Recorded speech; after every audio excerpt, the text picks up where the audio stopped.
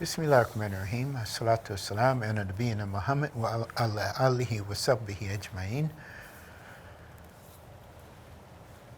I used an expression in the previous segment. I said that Ramadan is like a tune-up. Ramadan is when, from my perspective, you can understand, I'm just an ordinary person who's been practicing Islam for 51 years and who sees success. And I've never had an opportunity to sit and formally study Islam. When I sit, I read Quran almost every day. I read all the hadiths as often as I can. All the hadiths, not the short books, but the volumes. So what I understand, I use. And I try to be in the company of good people all the time. People who are sincere about Islam. I try to be. Coming from a Western society, there are times when I was by myself. And I had to rely on what I knew, what I understand or understood, to stay away from difficulties, to stay away from sin, to stay away from things that could cause me to fall back into sin, all right? Drinking alcohol and gambling and so forth and so on. So I'm trying to speak in what would be common English. So when I said that Ramadan was a tune-up, what I'm trying to relate to you is that it's a time when Allah says, you have to do this. You should fast, if you can, if you're not sick, if you're not traveling.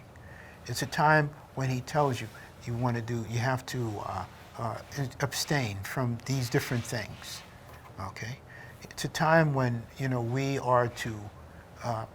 have to maintain the discipline that Allah has prescribed for us in the way that Prophet Muhammad has demonstrated for us. And that includes the last 10 days. And one of the things that Allah has given us during Ramadan is that He has restrained the devils.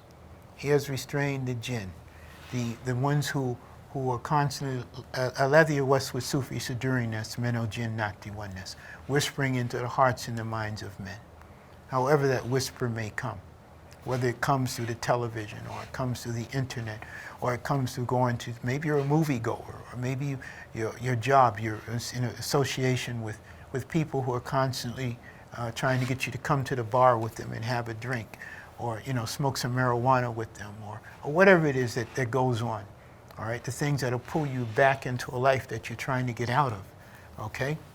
And what happens is your command, so your iman is causing you to say, okay, Allah commands that I avoid these things. And then after Ramadan, here we go again, to these 10 days of Dhul Hijjah, the month of Dhul Hijjah, okay? The month of Hajj.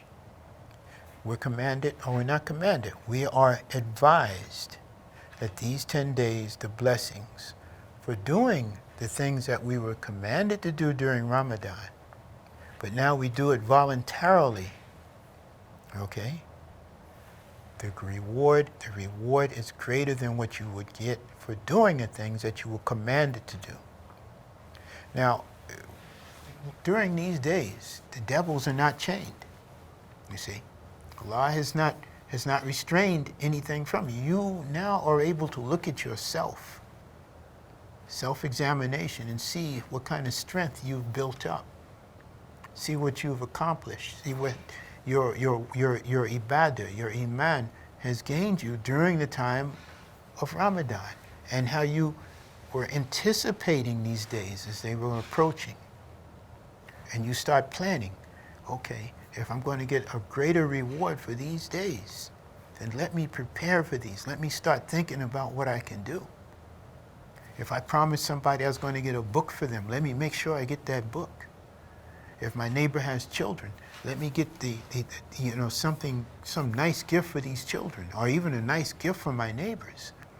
Let me do, if there's someone in the masjid that I know is poor, let me do something for them that I don't normally do. If I help them out with a little bit of sadaqah or zakat, There's a difference. One is the zakat is obligatory. It's what we have to do. The sadaqah is not obligatory. It's what comes from, just what you want to do extra. Okay? If I want to help them with some sadaqah, then I can do that. And the reward is greater than what I would do. So therefore, I want to give a little bit extra. Let me start planning now. So we have this period of time between Ramadan, the end of Ramadan, and the beginning of Dhul Hijjah, where we start planning, start looking at your good deeds, start trying to figure out what you can do, thinking about how I'm going to gain more barakat from Allah. Start thinking about how I'm going to increase the thawab, thinking about how I'm going to make myself better prepared for death. Assalamu alaikum.